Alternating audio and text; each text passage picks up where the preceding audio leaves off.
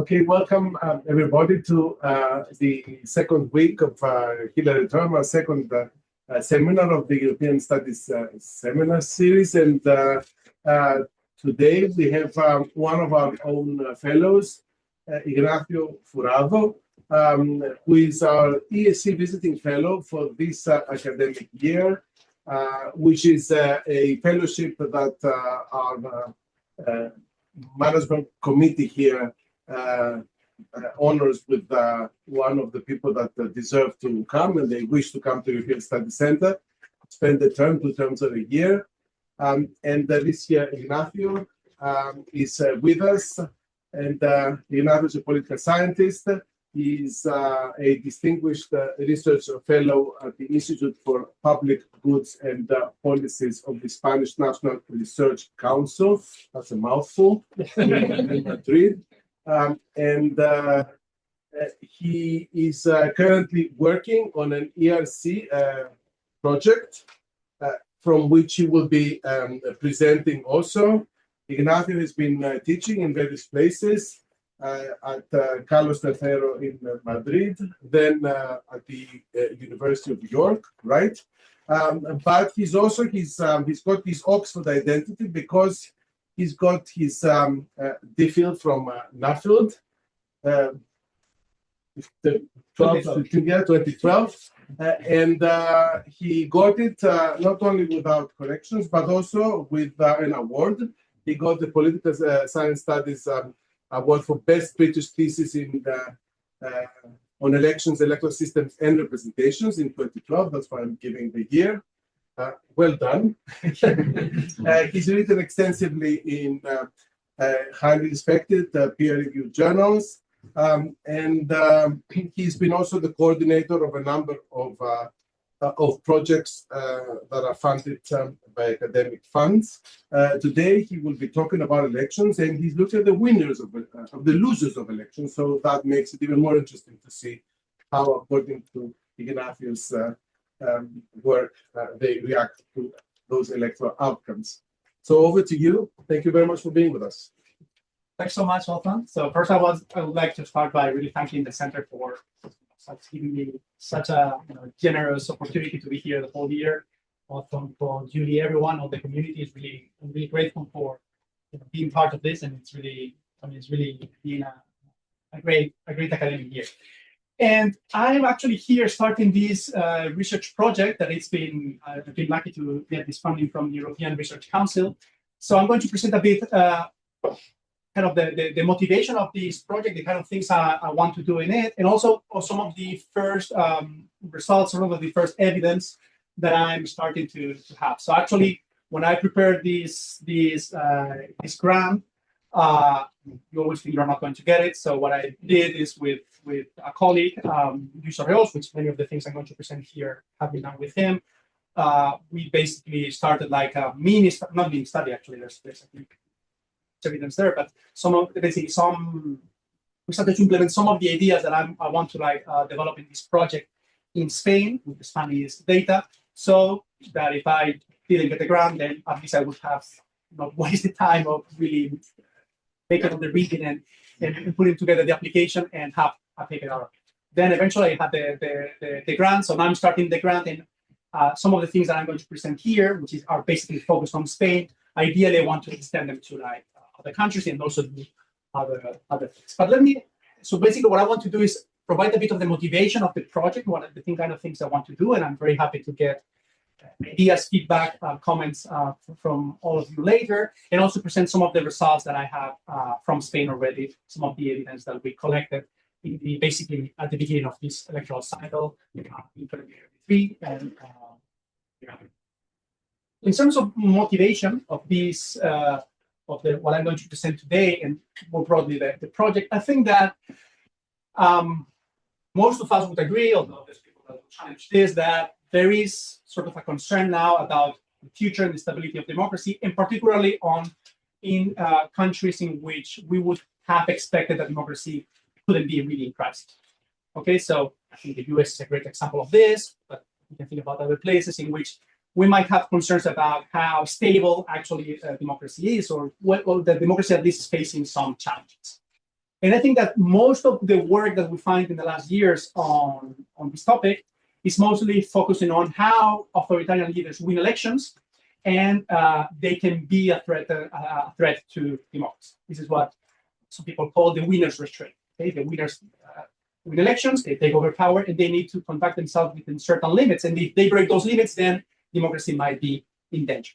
Trump would be an example lately of this. I think this is something super interesting to look at, but I think there's many people, very intelligent also people looking into this. But I think that it's also relevant to look to the losers and what happens with the losers nowadays.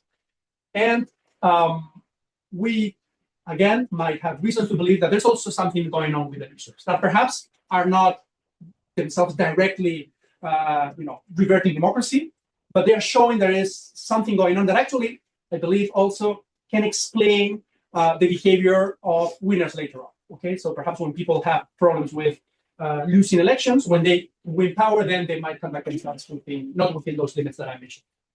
We have the Capitol riots in the United States, the Brazilian Congress attack. In Spain, there were major protests. This is a bit what I'm going to mostly focus on today. In Ferraz, that is where the headquarters of the Socialist Party are, and basically, since 2023, there's a demonstration every single day, still ongoing. Sometimes you go there, there's 20 people. When something happens in the national news cycle, I don't know, there's a corruption scandal, then that night will be perhaps hundreds, or not much more than that nowadays. But for instance, I have a former colleague that he works on protests, and he was telling me that we can already say that this is the longest protest that has happened in Spain. Okay, for more than 2 years and a half, there's been a demonstration every single night in front of this headquarters. So there's something going on there with the losers, and this is what my project wants to look at. We increasingly see, I have other types of evidence to show this, that losers might have more problems to accept electoral results, and I argue this is, I think, a problem to democracy. So let me go back a bit to like the more theoretical foundations of this. Okay, if we think about democracies, in the end, democracies is much more than that, or can be more than that, but we would agree that at least is a system in which there are free and fair elections, and we expect and somehow take for granted that people go there, vote, some win, some lose, the winners take over power, the lose accept that the winners have won and accept to be ruled by the winners. There's sort of an implicit agreement there. The winners should take over power and conduct themselves within certain limits. Okay, that's what I mentioned before about the winner's restraint. But also the losers need to accept that they lost, or fear. So they accept that now the rulers with different, here it obviously depends on the institutional design of the country. Sometimes the winners have a lot of power, sometimes less. But the winners decide policy, and they need to accept that the winners are okay. This is what we can call the democratic concept. And actually, we go back to the early work on the classics in political theory. Really, the idea of consent is at the core of what a democracy is. Actually, they talk about consent in a broader sense. It's consent. Also, the winners need to consent. So the idea is that a democracy is a system which, or any system, not necessarily democracy. Democracy is that you do it through elections. But in a system, what you have is a ruler, and the citizens, what they do is they authorize representatives of the ruler to act on their behalf. And once this consent happens, which the big question is how this consent happens, and somehow what we do in elections, we take it implicitly because we vote and we accept that vote is the way in which we authorize, we give this consent. Then there's an obligation that persists even when we disagree with the decisions of the government. Okay? And the good thing about elections is that this consent is regularly renewed. There's new elections, and therefore competitive elections. So we have a new opportunity to provide consent in the next election, so that if perhaps the winners suddenly change or the distribution of forces change, then new winners and a new grant of consent is done. Okay, so the idea is that in a democracy, basically, authority is legitimized by an initial agreement on the rules, the democratic rules, in which we can all participate and vote, and also the obligation. It comes with an obligation, which is whatever happens in that game that we call democracy, and we put some pieces of some papers into a ballot box. We accept it as an outcome, and we accept it because we all participated, or we could all participate in choosing the leaders. Okay, and as I mentioned before, the important thing here is that this is renewed over time. Okay, the idea is that there's always certain uncertainty over what the result can be. Okay, so that's somehow what gives, one of the reasons to consent is because today I lose, but tomorrow I may win. Okay, so the losers consent because they're not in principle losers forever. They should, at some point, have the opportunity to win. This is what gives them the opportunity to, be at some point part of the winners, and that's sort of the, as I said, the implicit agreement. This then brings us to this very famous quote by Suborsky, which is, I think, one of the great political scientists, which said basically, democracy in the end is a system in which parties lose elections. So if we had to reduce democracy to a single thing, it's a system in which sometimes parties lose elections and accept that they lost. The key thing in a democracy that somehow we take for granted, and if we think about this historically, it's still kind of magical why the losers accept, that they lost in a game and still they accept the result of the game. Why it's not like in school when kids, play and someone, scores a goal playing football and then the owner of the ball says, now, the game's over. Something that I didn't want happened. Somehow with democracy, we take for granted that this is not going to happen. And that equilibrium is perhaps more fragile than what we thought. But this is at least what I would argue. I think in the last years, we see that perhaps that equilibrium is more fragile than what we had expected. We took for granted that the losers are always going to accept the rule of the winners. And the thing is that the viability of democracy, again, quoting Anton other very important, relevant piece of work here in what I'm presenting today, basically, the viability of democracy depends on the losers, or at least a substantial proportion of them, to accept the results, even if they are displeased with them. Okay, so without acceptance of the defeat, democracy would always be called into question.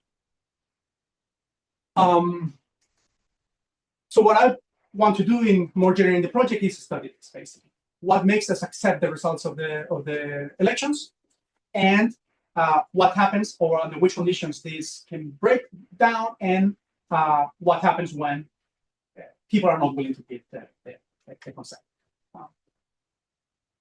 Also, in terms of like what has been done, if you follow more closely this literature, I think that there's other reasons why this is relevant. I think that despite this to me being a very crucial question, perhaps we haven't given sufficient work to this.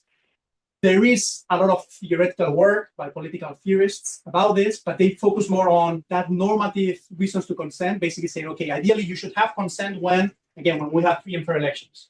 But the question is, do voters accept that? It might be that we say your consent should be given anytime we have a free and fair election, but perhaps in practical terms, voters are not accepting that. So I think that's why I want to bring here the empirical angle, to see how the people are not truly accept the implications of losing elections. On the other hand, there's also some work that is quite related to this, but I argue, and again, perhaps not super relevant to today's talk, that they measure this not in the best way. There's a lot of work that shows that losers are dissatisfied with the democracy when they lose. And this is what we call in the literature the winner-loser gap. You will also see that they trust less in politics. I would argue that work does not truly measure consent. They measure dissatisfaction, that you could be dissatisfied and still accept electoral results. So I think we need to go a step further, and this is a bit what I'm trying to do. I think that the existing work does not really capture the notion of consent, despite being a central concept in the foundations of what democracy is. Finally, something that again I'm not presenting here, but I'm throwing out there to so get your the feedback if you want, which is I think there's the work that you find looks a bit what I'm doing now today and what I present, how whether people seem to consent or not. As again, I would say not really measuring that in the most precise way. I think there's something like an initial question that I want to address in this project, and we are starting now some focus groups, mostly do quantitative work, but I think here there's a lot of value in doing this from the qualitative perspective, in which we want to talk to people and see when you ask them why is it that people accept electoral results? Again, why is it that they don't do like in school and say game over, I don't accept this? Okay, is it truly because of these long-term motivations that, for instance, Jaworski talks about? If you lose today, but you might win tomorrow, why should you put democracy in danger? Is it normative purely? We accept electoral results because we believe in democracy. Or is it perhaps risk averse? I would be willing, I think there's a portion of the electorate might be risk averse. So it might be that they would be willing to and this is another argument why democracies in richer countries survive, because taking the risk of reverting the regime, it might be that if you live in a certain level of welfare, you're putting at risk that, and then therefore it might be that you shouldn't do this. This is one of the arguments that Jaworski has. There's many other motivations. Okay, it could be that it's a strategic purely. I would be willing to revert the electoral results, but I need people subverting. So if you show me the way and you suddenly attack Congress, I might follow. But as long as there's no instigator, I won't do it. So perhaps there's people out there that are willing to not really accept the electoral results, but they're simply waiting to be the instigator. Okay, so it might be that what we have is purely a strategic. Their calculus. I do it when other people do it. I think there's something there that I really want to get into, and so far I don't think that anyone has given a good, let's say, more psychological account of why we truly accept it. But let me go a bit to giving this very broad, perhaps too broad introduction. Let me show you some of the things that I've been doing so far. So I have here 3 mini studies in Spain. So depending on time, I'll perhaps show all of them or just a few of them. In which, again, I'm trying to show that in Spain, with the 2023 election, in a very heated context of polarization and those protests that I mentioned before, we are seeing breaching in that idea of things.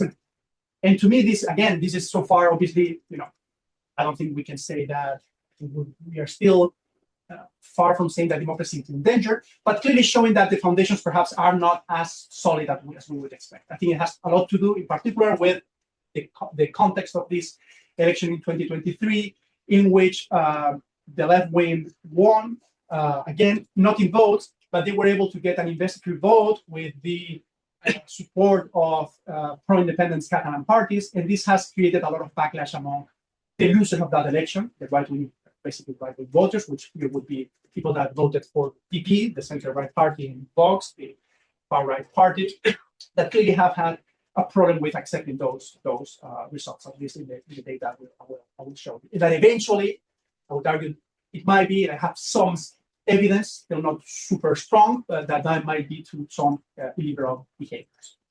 Okay, so the 3 types of evidence that I have here is one in which I can show you descriptively how the evolution of consent happened in 2023 and 2024. And what we see is that after the 2023 election, this was clearly eroded. Then we have an experiment here in which basically what we did is we provided people with different electoral scenarios, and they had to see, they had to think themselves, or they had to think about a potential electoral or parliament in which they were winners or losers, and then we asked them some questions about how they accept those results and see whether basically we can compare what happens when the left these voters lose, what happens when the right wing voters lose, and then also we have some evidence with a candidate experiment in which we show people different types of candidates, and we try to see whether after the 2023 election. Right-wing voters that lost the election were more willing to elect liberal candidates. Let's see if I can cover everything. Often you feel free to tell me to speed up when it's needed.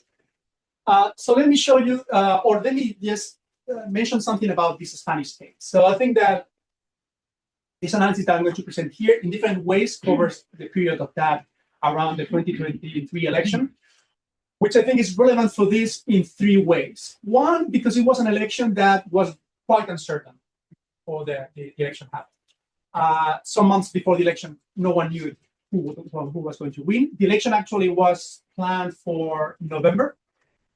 Eventually, the left wing had a very bad electoral result in May 2023 in some local and regional elections. So there was an early election. Before the election actually I think most people thought that the right wing was likely to win, but eventually the left wing vote. And somehow this made, you know, if you want and not only the left wing vote, not in votes, but they could secure a parliamentary majority. So it kind of, for many right wing voters, it felt a bit like, you know, something that were already given for granted slipped away from their hands. And that somehow gives these sort of shock conditions that I think are relevant to understand this kind of behaviors. Obviously, I'm not expecting that these breaches in consent happen everywhere under all circumstances. I think that these were particularly relevant things. The second, I think, relevant thing in Spain is the high levels of effective polarization. Some represented here last term, evidence of this.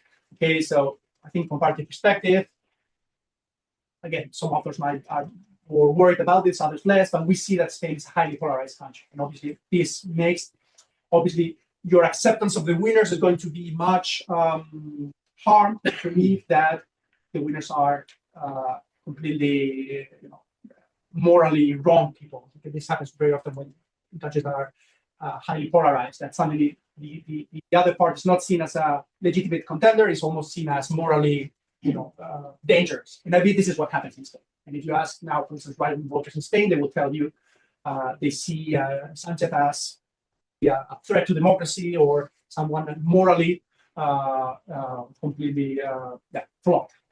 And then I think it was also very relevant in this case, which we didn't know when we started launching this, but eventually this was somehow a government that was decided by a very questioned investiture agreement, in which the left wing basically was able to rule by getting the support of pro-independence Catalan parties, but in exchange for an amnesty to the leaders that remember the events in 2017, where there was this illegal independence referendum vote. Those leaders were prosecuted. Some of them actually are still out of the country. Others were they basically were put on trial and they've been in jail for several years. They were pardoned, but then this was basically stepfather. They were given an amnesty, so they have no criminal record. They can run again, and so on. And this was something that created a huge backlash among the opposition parties and also among part of the electorate, even the electorate of the ruling coalition. Some people were not really happy with this. Okay, but this really created those polarization conditions that made this case relevant. So let me show some of the evidence I have. So I'm going to first show you this a bit like the evolution of consent. And what we did is we launched the survey in April 2023. This was 3 months before the election, which we didn't know was going to happen then. We thought it was going to be in November. Then when the election was early called, we had we did another survey with trying to ask the same people just before the 2023 election. And then in November, after the investiture vote, after the electoral results, we interviewed them again. And then in May 2024, somehow giving us like the long-term effects to see whether whatever happened after the election, whether it endures or not. Okay, now our idea here is when you have a very polarized election, and there's, is democratic consent eroded? And is it something that endures, that is long-term, which you can think long-term a year, or it's something that is short-term, which some people would argue. People after the election are very unhappy, but then this fades away. Okay, so we are going to, we did this, basically tracking all types of voters, and I'm going to show you here descriptively, although we do it with, for those of you like more demanding from a statistical perspective with a two-way fixed effects model. I will just show the trends here. But what we're going to compare is the people that voted for PP or Vox compared to people that voted for voters of the ruling coalition. And we make them, let me skip this, this is 2,500 people. We make them two types of questions. Some questions are about perception of, remember when I talked about consent, I said this is because we agree that there's a certain mechanism that is elections that are free and fair, that are the mechanism by which we grant consent. So we ask people some questions about whether they believe that elections are fair, whether they believe that the electoral system is fair, whether they believe that the rules to investiture a president are fair, basically to what is the perception about the rules of the game, which is crucial to have consent given or like a preliminary condition. And then some questions about whether you accept the rule of the government. And here we ask questions. We have to accept the last national electoral result, even if I don't like it. I do not consider Pedro Sánchez to be my president, even if he has been appointed through elections. The current national government has all legitimacy to rule. And one thing that I think we are particularly interested in is, why is this important? It might be that if people don't somehow grant consent, then eventually people will be more willing not to accept the decision of a government. I think this is one of the reasons why we should care about it. So we ask them something like, I do not think I'm sorry, there's a typo there. I do not think I'm obligated to comply with all decisions taken by the national government, to see whether people after the election, which they perceive that was, as I said, was won by someone like a coalition of the evil, or whether this makes people less willing, at least rhetorically, to accept decisions by the government. As I said, I'm going to show this descriptively, but you can see there, our two first surveys, and then the vertical line shows the moment of the election, and then after the election. And what you see is that, interestingly, and the winners are the dashed line, and the losers, the voters of PP and Vox, are the bold line. What you see is that there's a strong erosion after this election of these perceptions. I perhaps didn't expect this first figure, in which we see this with regards to the rule of the game. So many people in here, the right-wing voters, after the election, believe that the elections are not completely clear. I thought that this is something that you would take for granted. It might be the elections are clean, still I don't like the result. But people even question the rules of the game. So we see strong erosion, and when we do it statistically, you see that that gap is significant. But basically that the losers are, and you actually see also a bit in the winners, which means that, again, not all the left-wing voters were very happy with how the events unfolded. But we see a strong erosion of things like perceiving the electoral system is fair. Suddenly the right-wing voters are much less likely to believe that the electoral system was fair. Obviously, it's an electoral system that gave some power to these pro-independence parties, and somehow the investiture agreement was possible. All parties compete equally. Again, though all these things get eroded. If we go to questions that inquire more specifically about, giving legitimacy to the government, again, we see that you can see there that always the line of the bold line is steeper. Either for those things like, we must accept the results of the last election. You see that the decline is stronger for the losers. There's always a gap. This is expected. The losers are less happy with the results, so you should always expect that they are less positive about these things. But actually, the decline after the election was more dramatic, even in questions that are framed in a positive way. So I'm not obligated to comply with government decisions. Again, here we see this is like really a hard test, but we also see that it's more or less flat for the winners. It's you see more people saying they are not obligated to comply with the government decisions among the losers. Okay, so we see what I wanted to say before: some breaches in consent after the last election in Spain. We also want to see here, we did do it later a bit with some of the these experiment about candidates that I think is more relevant on the second piece of evidence that I'm going to show. We also wanted to see whether people kind of react, let's say, illiberally to these results. So we asked also some questions about, do you think that we should reform the electoral system to reduce the influence of small parties? Do you think we should reform the constitution so that always the most voted party rules? Okay, these are measures, let's say, that decrease pluralism. Obviously, in a parliamentary system, there's no reason why the most voted party should rule if they don't have a parliamentary majority. Should we have a strong leader that does not obey to parliament? Should we have a strong leader that rules without the Supreme Court? And what we see is, again, from some of these things, the previous ones are not completely parallel, but raises other types of questions. But what we see, and I can show other evidence that points into this, is that also the losers, and I think this is interesting. I talked before about the winner's restraint, having people willing to have authoritarian leaders. I think that concept is very often too diffuse. What is an authoritarian leader? We tend to think authoritarian leader as someone that is willing to rule without checks and balances, for instance.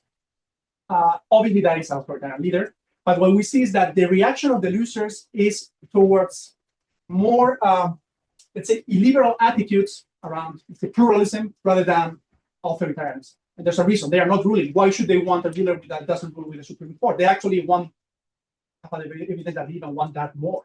They want checks and balances. What they want is to limit pluralism, that somehow they feel that is what they made them lose the government. I don't know if I'm making the point here. I think that basically big part of this studies ongoing look to these authoritarian attitudes in a very broad way. And I think it's nice to like separate between things that have to do with the checks and balances, which obviously those that lose elections are willing to have, and all those measures that have to do with limiting perhaps the influence of parties that they dislike, such as basically in Spain, the pro-independence Catalan and Basque parties, which they are willing to see ways of reducing their power. So somehow there is this reaction among the nations. Again, I could show this in a more statistically sophisticated way, but it's basically those are the results.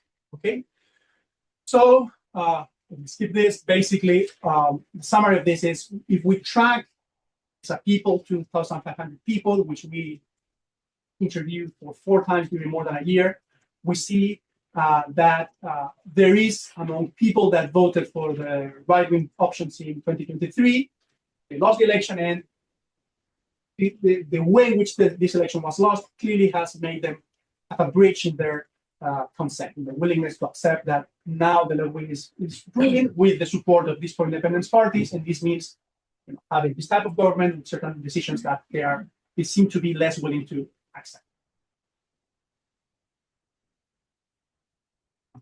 So in the interest of time, I'll just say something very briefly about this. We do this now in a second study with simply showing different, instead of following, obviously reality only gave us one outcome, which is 2023 was lost by the right. So we wanted to have, we cannot observe a reality in which the left will lost. Okay, we might wait until the next election, and we might do this. So to have a bit, how whether the left-wing voters also react not in such a positive way and so on. What we did is an experiment. Okay, that basically what we did is we showed to people different polls that were published. These are real polls. Okay, so we don't make them up and show them different. And actually, as the electoral result was very uncertain, there was room to get polls that were saying that the left was going to win and polls that were saying that the right was going to win. And what we see is we show them the polls. We say, look, this is a recently published poll. This will imply that the left wing will rule with the support of parties like the pro-independence Catalan and Basque parties. And then we ask them questions about their willingness to accept those results. And then we also do this with polls in which the right wing was going to win with the support of Vox, the right party. And again, we ask them what is the probability of accepting those results and how do they feel about those results. Okay, this is in a nutshell what we do. So let me then skip some of these slides. So we show them something like the following. So this is, this was a poll. We say we were going to show you this recently published survey, and according to this survey, PP would win the general election in votes and seats, and it's most likely that Alberto Núñez Feijóo, which is the leader of the center-right party in Spain, will be president, prime minister. We call him president, but it's actually a prime minister, thanks to the support of Vox. And we also showed some polls in which actually it was the left. And then we asked them some questions like the ones I showed before. Do you think that these electoral results are fair? Do you think that this government is legitimate, and so on? To see in different scenarios how do people react. Okay. So let me explain simply the results that are there. It's not so relevant. We have 3 different scenarios. One scenario in which PP wins and rules, which was actually perhaps the most likely scenario before the elections. We have another scenario in which PP wins, but PSOE is able to form a majority, which is PSOE is the center-left party, which is what eventually happened. So basically, PP wins in votes, and the left eventually rules.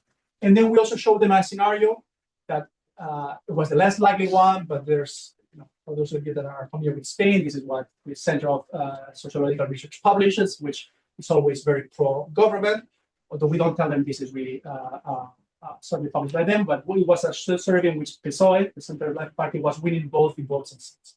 It was the less possible scenarios, but still potentially could happen. And then we asked people, how do they react? So whether they believe that the electoral results are fair, whether the new government that will be formed is legitimate, whether the new government should be obeyed, which I think is the crucial thing about consent, or whether electoral laws should be changed to avoid a result like this. Okay, I can show you there, but that's the statement, to avoid a result like this.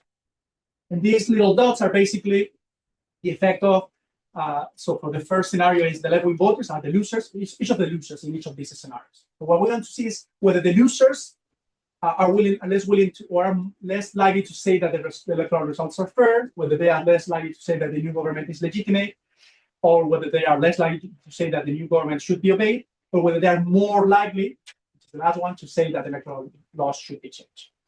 What do we find here? We find, again, that in both scenarios, the losers are, this is expected, less happy with the results. They're less likely to say that the electoral results are fair. You see that the numbers there are negative, so these are negative, so making this less likely, and so on. However, there are, I think, certain relevant differences that, again, are relevant. You can see that in the first line, that's the scenario in which the left loses. Left-wing voters in Spain react less than the right-wing voters. Okay, so the effect is for the scenario in which the left loses. One could argue perhaps it's because they are more, this would be a challenge to this, because they are more likely to believe that that was the case. I don't know at that point, but clearly they react less. They react as well, but the reaction is stronger for the right-wing voters in Spain. They are less likely to accept the electoral results. They are less likely to say that the government is legitimate when they lose compared to the left-wing voters. The other, I think, is relevant result here is you see in the last one, you see that the result, the upper result for the left is on the zero. So actually, in terms of like what we would call a liberal reaction, changing electoral laws to reduce the effect of the relevance of some parties, only right-wing voters do it when they lose. The left-wing voters in Spain do not react that way. We don't say that there should be electoral law to avoid this result, for instance, by reducing the influence of votes. Okay, that result doesn't exist. You see, so basically we see problems with consent, but they are stronger for the right-wing voters. Another thing that it's perhaps is too domestic, but I think is relevant here is that we thought that perhaps in Spain there's a strong narrative among the right that says the most voted party should rule because it's likely that they are. So that's a strong narrative. We thought that perhaps people were going to be unhappier when they were winning in votes, but they were not being able to form a government. And we don't see that. We actually see the opposite. So it seems that the right reacts a bit worse when they actually lose sort of big time, both in votes and seats. But I think basically what we're showing here is obviously this can happen all across the ideological spectrum. So we see effects on both sides, but also to be said, stronger on a particular segment. And one last thing that I'm going to show, okay, so we said 45 minutes, you have some time, which is another type of experiment for those of you that are familiar with these experiments. These are an experiment about choosing candidates, what we call conjugate experiment, candidate choice experiment. And this is another type of evidence that I want to bring here, which is what we do in this type of experiment, we show people different candidates that would run in a hypothetical election. This is all hypothetical. And we give these candidates certain traits. Okay?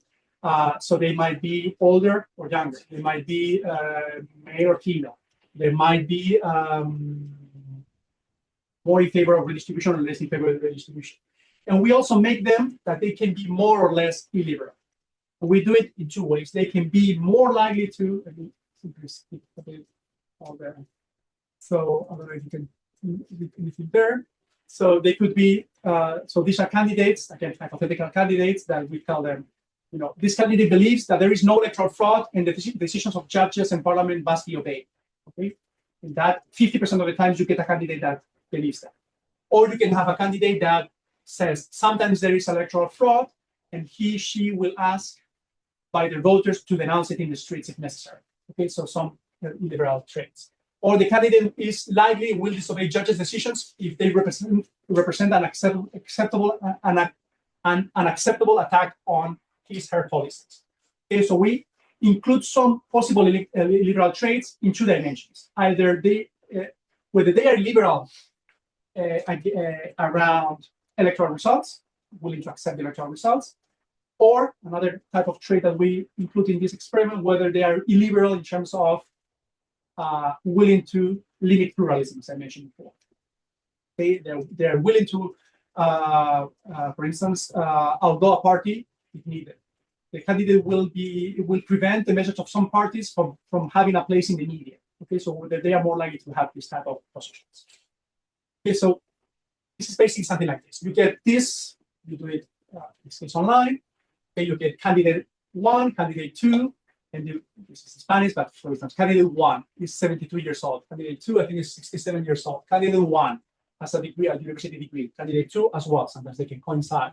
Candidate 1 is female. Candidate 2 is also female. Candidate 1 is a Sumar candidate. Candidate 2 is a PSOE candidate. Okay, we get these different results. And one of those traits is what is their position about elections, electoral results, and what is their position about what to do with pluralism in media. Okay, and people choose. And we can see which of those things matters more than to decide why a candidate is preferred to you. Okay, the question is, imagine there's a hypothetical election, and you need to choose between these two candidates. Which one would you prefer as prime minister? Okay, so what do we get from? And what we did is we did this before the elections and after the elections. And basically, our idea here is to see whether after losing elections, people are unhappy with the electoral result. They are more willing to accept to vote for a liberal candidate. And this is a bit why, again, you could argue, you asked before, you showed us data showing that people are saying that they are less likely to, comply with the rules with the decisions by the government. This might be cheap talk, but now it's a bit step further. Okay, but would you be willing to vote for a candidate that is willing to take these measures? Again, this is still, something that's showing intention, but would argue that the breaches in consent matter if people are willing to behave illiberally as a result. And this somehow tries to capture this in that obviously very a very stylized environment such as this type of experiments. Okay, so there are many limitations here for sure. So what do we get? And I won't get too much into detail to the results. What we basically get is we do this in two ways. As we do, we ask them first which parties they like. What we do first is make them choose between candidates that can be of any party. When we do this, we basically get no result. People are not attracted by the appeals of illiberal candidates, which is your target good. And we do it particularly with the losers. We see the losers, people that voted for right-wing candidates, after and before the election. After the election, they don't become more illiberal in terms of choosing this type of candidates. But what happens? We are making them choose between a candidate that might be liberal, but from any party. The second type of experiment that we do is we now, as we know which party they vote for, we make where you see party, we make them always be two candidates of the party they like. So if we say, we first do like a general election, you choose among two candidates, but now it's more like a primary election. You choose among a candidate of the party you like, of the party you vote for. When we do this, we see some evidence of people after the election more willing to accept illiberal candidates. Okay, so let's go to this result. Okay, you can show it you can see it in the bottom right panel. They are more willing to accept candidates that after the election, before the election, they were not willing to vote for a candidate that was willing to ban parties, to restrict media, or to close media. We say close media that does not say the truth. After the election, are more willing to do this. Again, the effects are not very strong. Okay, so very clear, but it's some evidence that people that lose the election in such a context become more willing. And we don't see this with the winners. With the winners, we don't see this. Okay, but people that lose the election under these circumstances are more likely to, after the election, prefer candidates from their party that are willing to do certain things that we would argue that are liberal. Okay? So somehow the reaction is, again, not pure illiberalism, but it's sort of a selective illiberalism. I want candidates of my party willing to do certain things. This is a bit what we want. So I think this is showing a bit that the problems, as I said before, with not accepting electoral results, eventually they can lead to people voting for candidates that are willing to take certain measures that that somehow reduce the winner's restraint that I talked about at the beginning. This is a bit kind of the consequence of this. It's not just the people being happy with the election. It might be that they are willing to vote in a particular way. Okay, so just as a wrap up, what I try to show you is that obviously in a context that is polarized like Spain in 2023, my argument would be we see polarization increasing everywhere, that this is likely to happen in other contexts. And this is a bit what I want to do with the resources I have now. Losing is clearly or is significantly and enduringly, which I think is important, reducing the democratic concept. Somehow the outcome of the 2023 election was not fully accepted. And this is making losers perceive not just that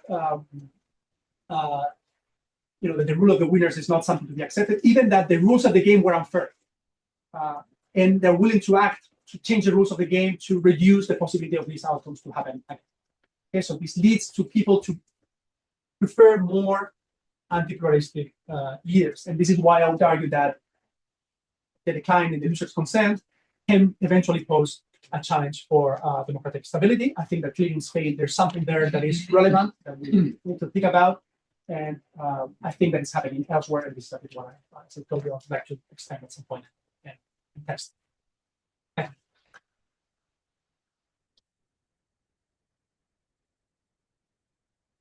Thank you very much, Ignacio, and I'm sure that we're going to have a very, very interesting conversation with your inspiring talk. I, for one, have got a couple of questions to make before we give the floor to the audience. Now, my first question to you is to what degree that winners and losers division and categorization is a really valid and useful one. And I'll tell you why I'm saying this, because we need to define who the losers are. I mean, the winners are clear, right? So when we have, for instance, a party which is small and constantly in opposition, is that a winner, a loser? Because they don't expect to win anyway. So how do we account for, for those kinds of voters who know that their party is not going to win anyway? So why would they consider themselves to be losers? So that's my first question, whether the winner losers is something which is valid as a division. And the second thing is that your research looks like a snapshot of the elections in Spain before and after, like a moment. But that is also a continuum. I mean, we could, for instance, have winners that have an attitude and then it changes as government goes by. I mean, probably in this country, there were those who voted for the Labour Party, and then they're so disaffected right now that, probably they feel like they're losers in some ways. So I suppose my question to you is, to what degree all this discussion relates to the legitimacy of the democratic process in general? I mean, what kind of conclusions can we have regarding democracy and how it is being viewed today, not just in Spain, but also in many other European states as well? Great question, Othon. So let me ask, and I don't have great answers for any of them, but I'll try to do it. So first, about the division, I think you're completely right, and I think that this is again one of the things that eventually I want to do, which is also be a bit more fine-grained about what is loser, what is winner. And here, obviously, I only have one country, so when I do this in more countries, I want to define this a bit better. What I can tell you about Spain, so and I didn't say this in there, when I show here the winners are basically the voters of parties in government. Interestingly, when you look into, I didn't do it here, voters of the small parties, which in Spain are the most basically the regionalist, nationalist, or pro-independence parties, we see that they basically behave like the winners. why is that the case? Basically, because even though they will never be in government, they're influential, and they were very influential. So actually, interesting thing is that even in some of the metrics, the happiest people are the voters of small parties, that they don't rule, but they are influential. Well, we see it. That's why I showed that in some of the cases, the voters of the left were unhappy with the fact that Sanchez stayed in government by having an amnesty. So we see some erosion even of the happiness about the result. Those that are completely unaffected are precisely the voters of those that are not winners in the canonical way, but actually they are winners in a pragmatic way. So there is something there that I think it has to do with, in the end, it's not so much about being in government or not, but about being influential or deciding policy or not. I think there's another case to be thought about, which is the one you said there, which is what happens with those that are never influential and always lose. I think that this clearly, but I don't have them, at least in this case in Spain. I think those are to be very intriguing, because this is what I said before. Why do those people accept the electoral results if they never win and they will always be losers? I don't have a good answer. This is a bit what I want to know what exactly is going on in there. I think that in many cases it will be purely normative. I believe in democracy. This is why I do it. But it might be that there's other types of like rationalization. But how do people accept this? This is something that, again, I didn't have this segment in this analysis, but I want to look at elsewhere to see exactly how they behave. The other thing you mentioned is, and I think you're completely right, and I think it's very spot on, because it's something, again, I would like to do. I think that very much the classical, you go to Hobbes or the big classics. They think about these things as something that is granted once, and we cannot expect until the next iteration, or we put it with elections, which perhaps is not so much the case of this classical work, but basically the idea would be there's an election and consent is given for 4 years, and then consent is renewed after 4 years. But I think you are completely right. This might be actually renewed on a daily basis. And then what happens when governments behave in a particular way, not just after the election, but during the electoral cycle? I think that actually, again, in Spain, I show it just with the cutoff point of the election, but it could be that this erodes later on. Perhaps UK is one of these cases, and I would be certainly expecting that. So to look how this evolves over time in cases in which policy decisions are being made, again, is something that I would like to look, and I think that is going to be relevant here. Both for the winners and the losers. Might be that winners don't accept the rule somehow the government anymore, or it might be losers that are happy to accept the rule of the winners after the election, but then the winners become authoritarian and they withdraw consent later on. So I think this is something that, again, needs to be accounted for, and I'm sure that in other contexts we're going to see that the relevant moment is not just losing the election, it's later on. Okay, number of hands. So let's start. So we'll take two. Okay. Because that's all. Yeah.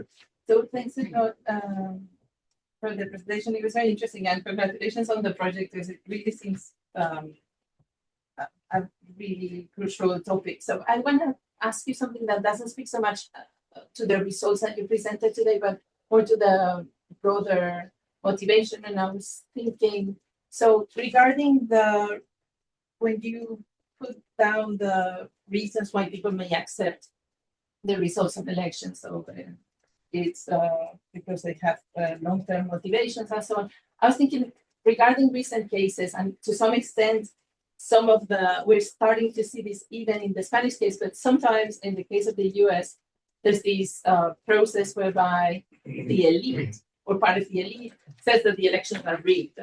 And so that I wanted to know if you can beat that kind of belief, which might be irrational and so on, but once, A is elite driven, and second, I'm not sure where it falls into the types of motivations of voters and how you want to deal with that in your project. So I respond because I think we're comfortable with time, so we're going to just take one by. No, I think you're completely right. And again, one of the things I want to do is precisely to look more into the elite citizen nexus. And I think that this is going to be in many cases elite driven. So, and actually that if you go to people that have studied this, they have studied when elites accept themselves electoral results or not. There's some work on that.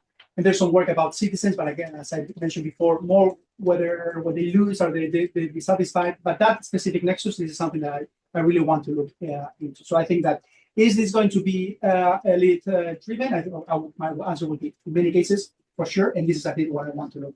However, I think two things. One, always I expect this to be like a two-way process. Elites might be willing to do this, but they don't operate in the complete vacuum. You need to have certain foundations in public opinion to be willing to buy that narrative. And to me, what I believe is that nowadays, and the reasons are, I think, complex, but possibly voters are more willing to buy this narrative than 20 years ago. So perhaps elites, we're seeing that elites are behaving a bit more that way, also because they know that it's more likely that they get sort of a response by voters. And the way I would fit this into these motivations, I think that the way I've thought so far, but I'm happy to talk about this later or with you is, so the way I think is, one is many of those motivations, so the elites can fit in all of them. So if elites say, so if one of the reasons is, for instance, one of the reasons I believe is sometimes people accept the electoral results, that's because they believe, okay, the other side, I don't like them, but I'm not so polarized. I don't think that I'm a center right voter. Now the other side wins. They are not so different. Somehow they are acceptable. If elites send the signal that the other side is really far away from our ideological positions, then it might be that my motivation to accept, which is everyone is acceptable, everyone conducts themselves under certain limits, might be eroded. So I think that elites can manipulate all those, or some of those dynamics. I don't think that the elites would fit just in one of them. I think the elite can create narratives that can change our calculus based on those motivations. That's the way I'm so far thinking about it, but happy to see you think about it differently. Paul. Ignacio, thank you very much for that. I just want to ask a question about what do you do in a situation in which historically, the development of democracy in Spain, let's say from the 70s, you've got still pro-Francoist small splinter parties, you've got radical left parties that are used to being losers at the national level for decades, but they're often winning locally or regionally. So the same party may feel like a loser at the national level, but a winner locally or regionally. How do you designate them? So I mean, it really depends on the election whether they see themselves as winners or losers. And their faith in democracy may be because they're winning locally, losing nationally, and they would still then describe themselves as winners because the system works for them locally, even though they have no chance to win at the national elections. I think you're totally right. And when I describe the long-term motivations, for instance, I mentioned actually like in the initial project proposal, two of them. Me, the fact that I can win the future election, or the fact that I lose today at the national level, but tomorrow I could win at the local level. So I think that we are completely right. And there is, again, some work there that tries to see whether the other elections, which are often called second-order elections because they are perhaps less relevant, can somehow compensate for losing at the national level. I think that my expectation is that this is very much one of the reasons why, going back to Othon's point, some of the perpetual losers accept the electoral results. Because it could be that the national level, they're hopeless, but very often this might be people from an ethnic minority, but it could be that the ethnic minority eventually can have some power at the local level. So I think that is clearly part of the motivation of the calculation. However, having said that, which is my initial expectation, what we did in these cases, I didn't show it here, but we took advantage that the right wing lost nationally, but also in the regional elections, in some regions they are ruling, and in some regions they are not ruling. We try to see, okay, you would expect under that argument that the losers that are ruled by the left at the national, but also at the regional level, would be unhappier. But we don't see any strong difference there. So it could be because of the salience of the national level that somehow sucks up the attention here. Spain might be also a case here that I think is very much, I think perhaps the US, at least until recently, the local level or the state level played a stronger role. But although I would think exactly the way you're thinking, this was my initial expectation, the little evidence that I have so far doesn't really show this. It seems that even in regions in which there is some level of local regional power that is held by them, does not seem to compensate my anger or my unhappiness about the electoral. Yeah, I think thank you, Ignacio. It was terrific. I think I had like one really abstract question and one more concrete one. So for me, it's like thinking from a political theorist perspective, I'm wondering why odds, the most authoritarian of philosophers of modernity, why not law, which takes into account the question of how changes can happen through time, through the right of revolutions, so on and so forth. And then the other thing, more concrete, I'm wondering how much ideology still plays a role in all of this. But I think that Pepe has a kind of different ideology in regards to procedural democracy, for instance, than Vox, which started as an anti-system party. And if we look at center-right political parties, they would still be more willing to be, stick to the rules of the game, even if they lose, than anti-system parties. I'm wondering how are you taking into account this? How can you, maybe that's not the aim of the research, but I think that, maybe left and right in this sense work up to a certain moment. But I think you made a point when you said that, left-wing voters are less available to question the rule of the games, but perhaps also standard liberal voters. I don't know, does it make sense? No, I think so I think, in the paper that we are initially writing this, we do talk also about logs, so we expand this. So here I just sort of extracted Hobbes, which is perhaps the one that represents better the this idea of, like, as you mentioned, consent given, and then how the pure process of authorization happens to like a given moment in time. But we do talk a bit about that, although we are not political theorists. And I think your second point is really interesting, and it's given. So it's something that I will clearly take into account. So far, what we have thought about is, let me tell me if I'm answering your question, but we have thought about the difference between PP and Vox more as intensity of ideology. Okay, and we do see that two things. We see that these effects, and I didn't split them, but are more pronounced among Vox voters. They are also more pronounced among even when it's PP voters when we measure polarization. So those that polarization theory is measured as how much do you like the different groups, and we ask them PP voters, PSOE voters, and so on. Those that have worse opinions, worse affection, or less affection towards the voters of other parties. So we have thought about this, and we see that those results, and we have thought about them more as these are people that believe the other side to be more like morally wrong and so on, and that's why they react. Those polarized and those that are more ideologically right. I think you mentioned something that is relevant and I didn't think about, which is it could be that their conception of democracy also is different, which is quite likely. So it's not just about the other side being more distant to me.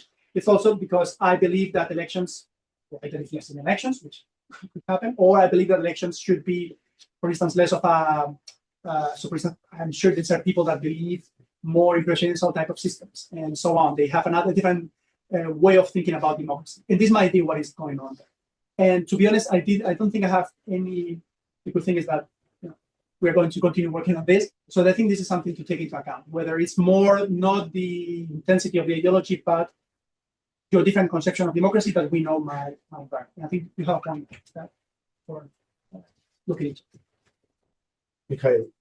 Yeah, thank you. Very cool project. Couple of questions and comments. So I really like it. First one would be, I was a bit struck by the observational study as opposed to the experimental study. The experimental study, all the kind of DV measures are clearly liberal policies. Right? No one would disagree with you.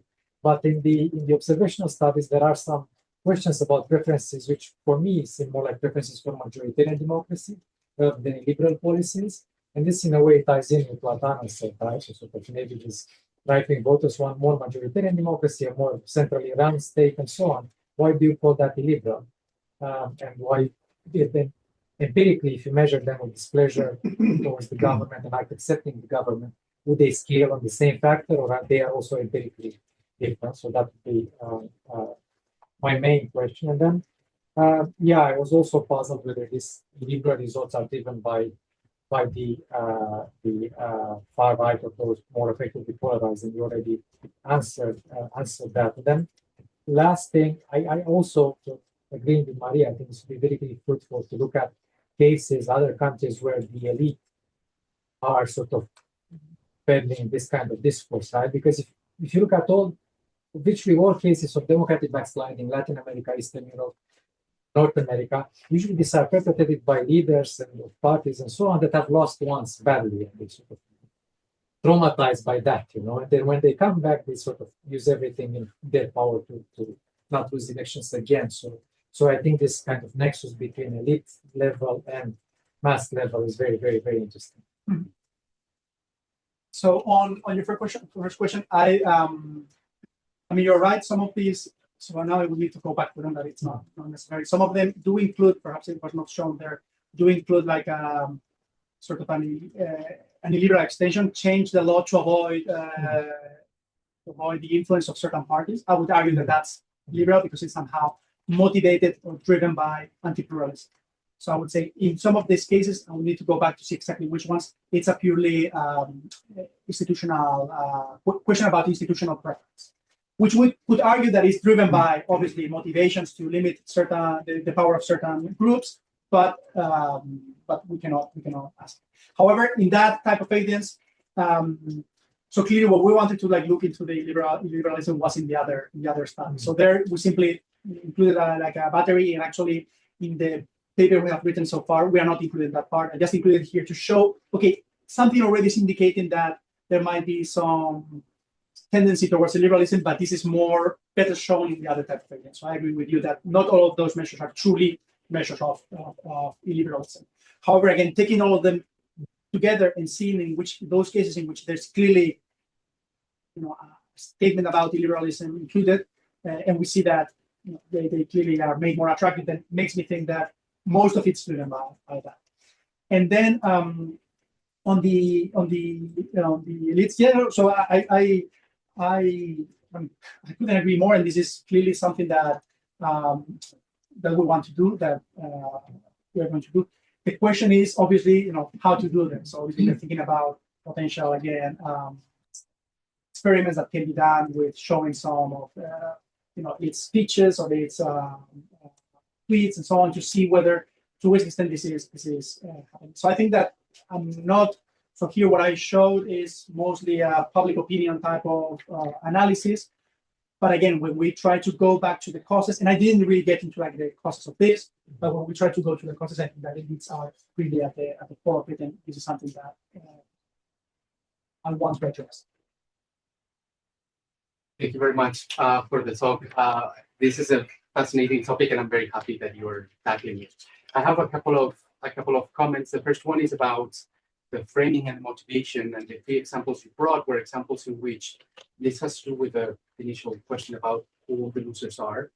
And so the motivation tackled situations in which the losers lost, for all we know, lost fair and square, right? And so posing the question of losers' consent is a very different proposition if it's in the context of situations where we think the losers just happen to lose, versus situations like Venezuela in 2024, where the proclaimed losers actually won the election, but in institutional terms they lost, right? And so the type of dynamic that is different, and I think implicitly you're and I think rightly so, but I think maybe this is something to think about, and maybe it's specified at some point. And then the second comment is about something you said, which at some point you said one of the type of indicators that you're most interested in has to do with willingness to comply with the government. And I agree with you. That's one of the key dimensions and the most sexiest ones, if you will. And I was wondering to what extent you could push further in that direction along the lines of either in terms of questions as to willingness to pay taxes, et cetera, with all the problems that we can expect with these kinds of questions, but also to what extent you could leverage actual observational information with problems of ecological validity in terms of traffic violations, et cetera, after election results. We've seen all kinds of weird things as to what happens after your favorite soccer team loses or wins, and you could potentially see things along those lines, right? And I think that would be a very nice compliment. Can you also explain what did you mean by expected to comply? Because I wanted to ask you, What is the expectation from this question? Yes.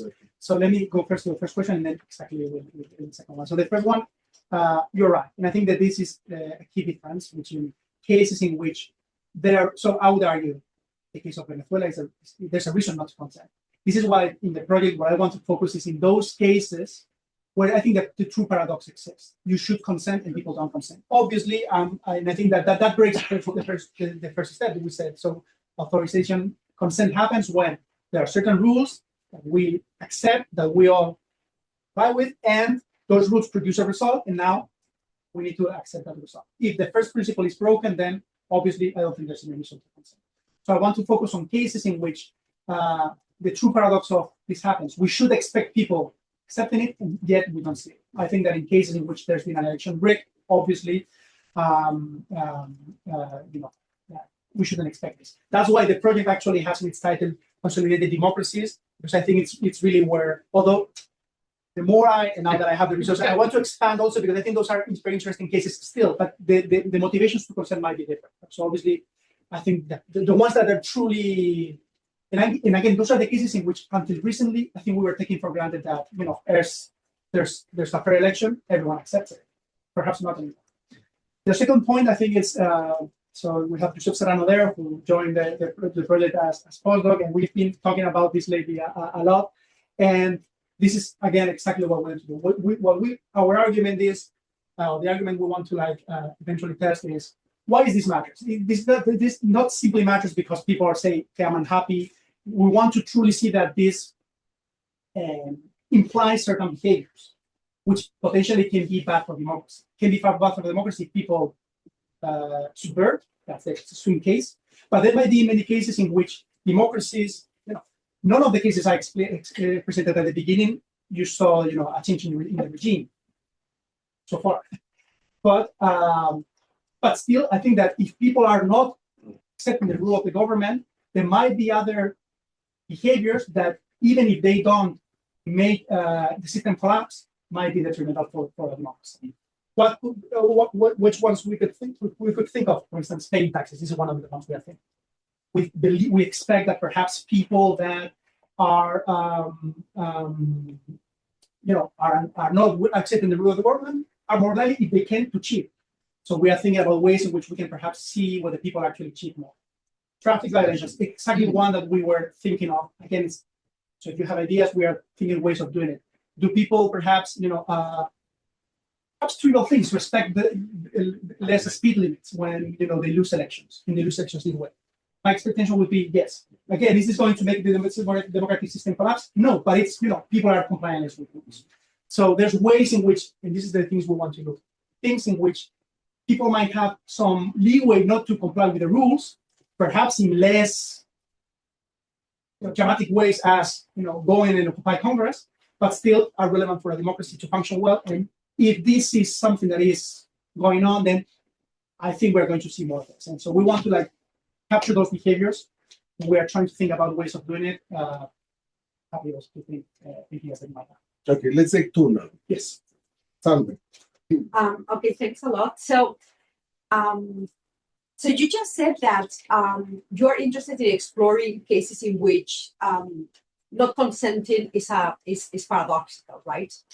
But I wonder to what extent, given the level of effective polarization in some countries, is not that paradoxical, in the sense that as long as you consider a certain political party to be a threat, it's not, and there are fair elections, there is party competition, it's not that paradoxical. So my point is connected to the idea of how to rationalize people who do not consent, the behavior of the losers. And to me, it might be the case that polarization and the view of the other basically takes up all the effect. And it has nothing to do with ideas of democracy. It basically has to do on how, you are a Vox voter, and you truly believe that Pedro Sanchez, the prime minister, is a threat for democracy. You truly believe that. So as long as you face up to the election or the electoral contest with that belief, then it's not that paradoxical that they behave that way. So I wanted you to reflect upon, the role of polarization in the whole explanation. And the second comment is about the losers, because you presented in the last slide that you see an effect when losers lose significantly. And what does it mean significantly? Does it mean that they were expecting to win and they lose by a small margin, or they lose by a big margin, or they lose repeatedly? So I'm not talking about voters of parties that never win. I'm talking about Pepe voters that they have the hope of winning at a certain point. So it goes back to the question of the nature of the loser and what confirms that nature. If it's the type of result, if it's for a big with a big margin or small margin, and although you look at the data in a moment in time, people are carried away in a way by their beliefs, by their expectations, by their past experience. So for your information, we have Joseph, Jonathan, Alex, Luca, and Stephanie. Okay? And David.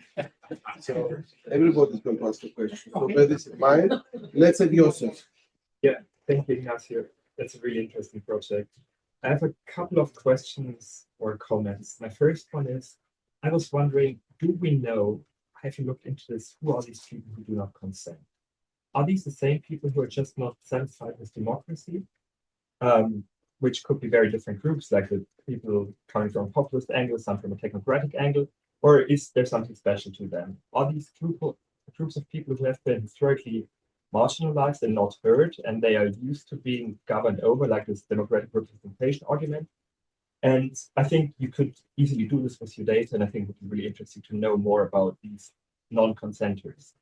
The second point is, and that's a bit more towards your theoretical argument or thinking and the normative point, sometimes I think there are good reasons not to consent. And what do you do with them? Like, if you were a Democrat in 2016, well, we all know the popular vote was lost by Trump. There was gerrymandering before. Again, the historically marginalized group argument, it's harder for some people to vote than for others. From this perspective, it's very rational afterwards, if you lost this election, that you do not consent. And I was also wondering, with your universe of cases, if there's a difference then between first past the post system and PR systems. I mean, we all talked about how difficult it is to conceptualize a loser in a PR system. But are there also different theoretical dynamics going on? And my last point, I think it was in your first study, I think you have different dependent variables that some speak much more to social norms, which is interesting, and others are personal behavior variables. And do you see any differences there? Because I mean, it's not costly for me in a survey to say that I don't want to be represented, or I don't feel represented by Pedro Sanchez, or I wouldn't follow his policies. But still, I could believe from a social norms perspective that the majority of people should do this, because otherwise the system would break down. So is there some kind of disconnect between a citizen and your personal views? Mm-hmm. Yeah.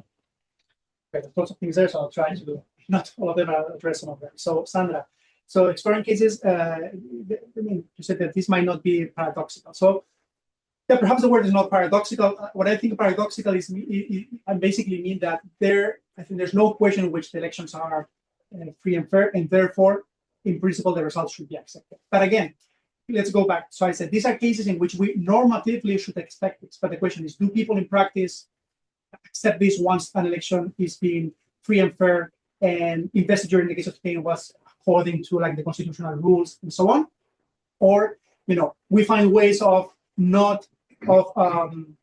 as you said, not accepting the final outcome beyond the fact that it was produced under certain rules. And I think this is precisely the case. I think this is why it's relevant to look into this, because it might be that the normative idea that when elections produce a government through a clean process, we should accept it. It might be that it's not what is going on in the head of the voter. And this is precisely why. If you ask some of these Vox voters in Spain, they would tell you, we are defending democracy. Sanchez is authoritarian. Sanchez is, sometimes called a dictator. He's a corrupt person because he exchanged an amnesty to stay in power. They find ways. Polarization is giving people ways of rationalize their attitudes and potentially their behavior. So I think it's paradoxical in terms of like this is not what we should expect in the classical expectation. This is produced through a clean electoral process, but clearly in the minds of these people it's not paradoxical at all. They are justifying this in those terms. Again, losing or not losing significantly. Obviously, what I'm not arguing is that in every single election in Europe in the next 2 years, we're going to see this. I think that obviously this is very much affected by the context of Spain. So I think that things like the ones you mentioned, being an unexpected defeat, losing by a small margin in which perhaps a narrative about not the election being so clean and so on might be more fruitful and so on. I think these things matter. Perhaps Spain was the perfect storm. It had polarization, it had this question investiture agreement, but it's showing that under certain circumstances, this might happen. And I think that obviously, an election that is in a non-polarized setting in which the winner wins by a big margin, perhaps we are not going to see it. So obviously, I'm not expecting that this happens.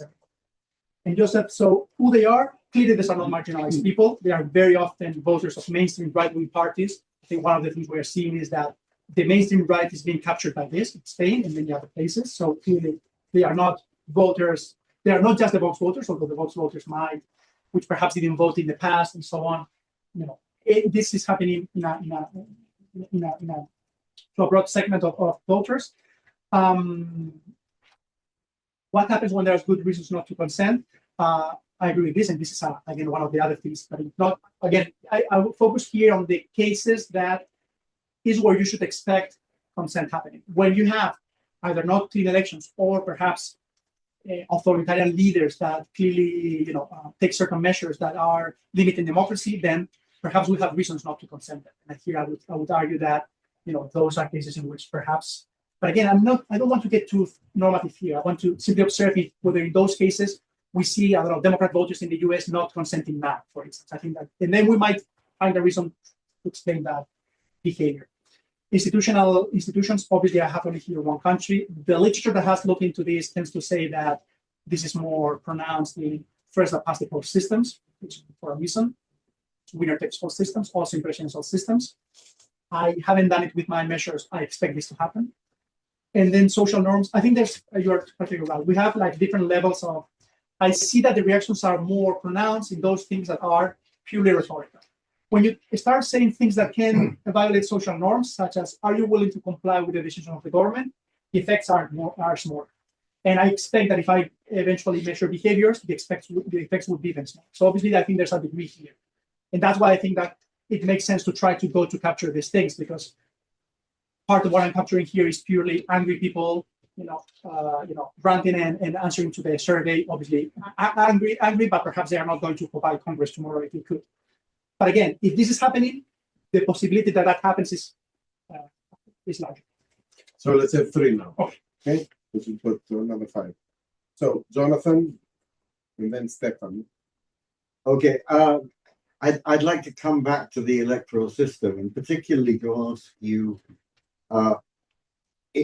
for the future, what range of countries are you planning to look at in the wider study? Because certainly, when you have first past the post, you also have a phenomenon of tactical voting, which then means that you can be both a loser in that your preferred candidate would not be elected, but you can be a winner in that you're the candidate which you seriously oppose, you have voted for the person who actually beat him or her.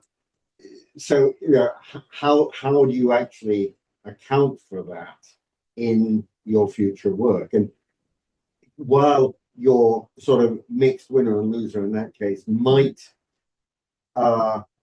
accept the result, they would still like in some instances like a change in the electoral laws, which would allow them to be better represented. Stefan. Thank you. Very interesting. I think I'd like to ask about where you situate your work, and those questions have already been asked. I'll try to do a different angle. I wonder whether we should draw a conceptual distinction between election denialism, which questions the process of choosing or choice making or electoral integrity, and we heard about Venezuela, also Trump, November 2020, then they went to 6th January 21, versus what I guess could be called a question of playing constitutional hardball as opposed to constitutional forbearance. So how not so much the letter of the Constitution, but perhaps normatively acceptable post-electoral maneuvering have been perceived by voters. So Peseo does not come first, but then through these quote-unquote unsavory deals, secures return to power, maintenance of power. It seems to me that the deniers, the non-consenters, are not so much questioning the results or the integrity of the elections, but actually something else. I wonder whether that is a distinction to kind of remember, especially if you move to kind of comparison. And Alex. Yeah, I agree with what we just said. I'll reframe it in a different way, which is this distinction between believing an election, the results were illegal, which I think is the clearest definition of sort of not consent, versus I think summarizing the majoritarian, all the previous questions about it's a view of what is the institutional procedure that you prefer. But if the result of the procedure is something you don't like, we define that to be consent, and I wouldn't define it that way. I would say that we didn't like the procedure outcome. That could lead to all kinds of things. And so I think when you measure, I do think it's hard to measure it in surveys. And so I think some of the questions I liked, for example, I thought were good, precise ones, but they were not measures of consent, the way you said. But that doesn't mean that's not an interesting thing so, but I think the cleanest test is, do you think the government, was elected legal? I mean, as in you might not like it or like the procedures, but is the government, so I would use that term instead of legitimacy. Even legitimacy is kind of what the social science terminology is. Small point, which elephant in the room, is, to be played devil's advocate here. I mean, is this a very difficult case, especially because of the unseemly deals? Is this, or what can we learn from this case, given the fact that I think that there's a universal case to say there are elements of way in which something that I don't, if the word is illegitimate, it's unseemly. I don't like it. I don't say it's illegal. But there might be a way in the survey context, I want to express that, even if it's not the exact terminology that you would want to use. Lots of things there. So first, on the countries I would want to use, ideally, is I want to have as diverse countries as possible. So have countries, presidential parliamentary systems, first past the post, PR types of systems. So systems that are more consensual, more majoritarian. So try to have as much diversity as possible. I think you're pointing out something that again I haven't really spelled out theoretically, but I've been thinking for a while, which is I think that some of these traditional expectations about first past the post systems, for instance, might not be as straightforward as typically. So I think that answer to Joseph, the literature says first past the post system, it could be that the losers are unhappier because they lose everything. True. And this might be my initial consideration. But on the other hand, there are systems that obviously they tend to produce just two parties. We see countries like the UK, which is not the case anymore, but it's not in principle what the system is meant for. So when you have two parties, also the probability that you rule in the future is larger. So somehow you would expect that perhaps in a first past the post system, your long-term perspective of ruling is there. So you accept the results because you will rule tomorrow. So I think that some of these expectations are not straightforward. And I think you bring something interesting here with this, which I hadn't thought about, which is the idea of tactical voting, which is, again, it goes back a bit to what Othon told me, and I need to think about, which is how do I measure winner and loser? And obviously, the easy way of doing this is through the vote. But as you said, in this system, sometimes you don't vote for your true preference. So it could be that you vote for a loser, but then you even vote for a winner, but you are not a complete winner. So that's something that makes me. But again, I don't have a great answer. But it makes me think that we need to which is also part of my motivation of this. We need to be more precise about what is winner and what is loser. And I think you point out an interesting dimension there.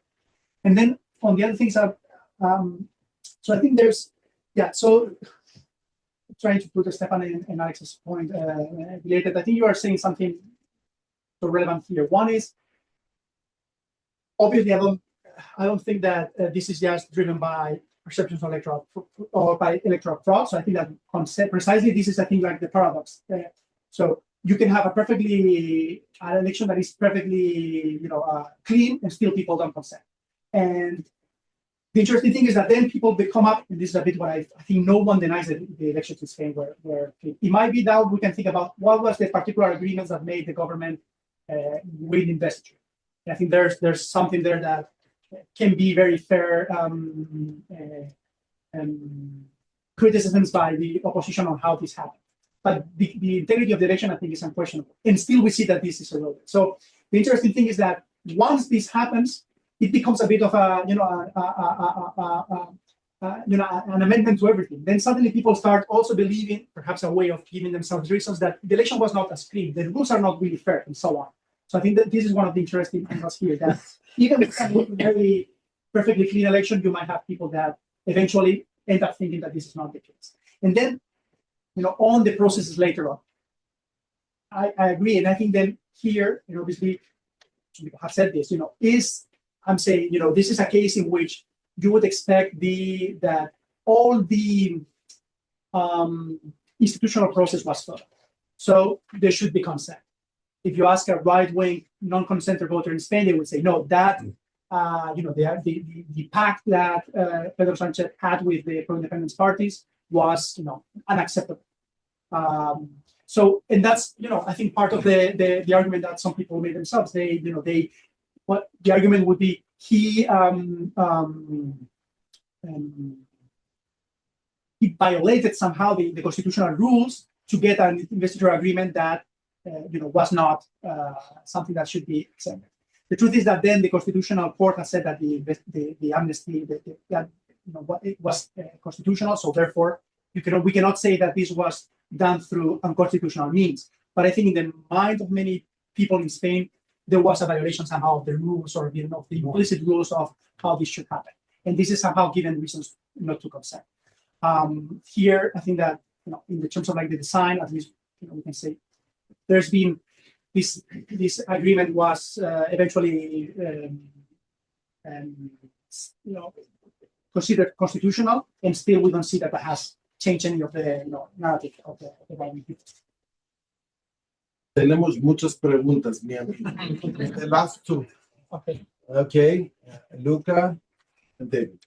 I was wondering, thank you very much. I was wondering if you've been able to look at occupational status or the sector somebody works in, respondents works in, and the interaction with being loser, with being winner. I think it might be interesting to see if being a civil servant working in sectors that are traditionally associated more closely with the state as others might inoculate you, or else being equal more towards these illiberal attitudes, both on its own interesting, and I think it might also be a link to this question of spillover from electoral democratic attitudes towards broader views towards the state and its ad-quote bureaucratic arms and basis.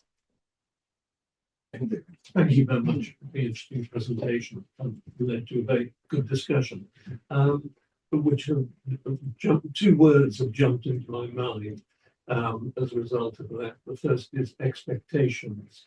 I think that whether people see themselves as winners and losers, it depends so much on their expectations and the expectations we below. And the second word is comparative. And I think that having done your excellent work in Spain, it would be very useful to compare it with another country and see whether the emerging conclusions fit that country as well. Great. On Luca's question, no, we don't have that information, but this is something that, again, in one of the many projects that will come out of here, we want to look into, like, what's the type of sort of how occupation, exposure to risk, types of assets you have, and so on affects this. I think that this is something that is relevant there. And again, we go back to like some of the traditional theories of democratization. They will tell you, if you have certain types of assets, then you are more likely to take the risk of a revolution, for instance. So does this matter also in terms of accepting the results? This is something we want to look, but in this particular set of data, we don't have information. I think we have income, not only that, but not really something showing, I think, the kind of things you're thinking about. But again, it's on the to-do list. On David's point, so obviously comparative, this is why, so I was happy to at least do it for Spain. The moment I got the grant, then want to do it in a comparative manner. That's for sure. And expectations. I think you said something important that again it goes back to Alexander's point. What makes you be more likely or not to get into these narratives? I think that people that see themselves as winners are more likely to react this way. And this is again one of the reasons why I think this again makes the case of Spain in this particular